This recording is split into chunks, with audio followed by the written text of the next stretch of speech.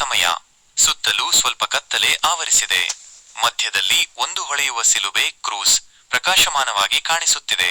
ಆ ಸಿಲುಬೆಯಿಂದ ಸುವರ್ಣ ಚಿನ್ನದ ಬೆಳಕು 4 ದಿಕ್ಕುಗಳಿಗೆ ಹೊರಹೊಮ್ಮುತ್ತಿದೆ. ಸಿಲುಬೆಯ ಹಿಂದೆ ಯೇಸುಕ್ರಿಸ್ತರು ನಿಂತಿದ್ದಾರೆ. ಅವರ ಮುಖದಲ್ಲಿ ಪ್ರೀತಿ ತುಂಬಿದೆ.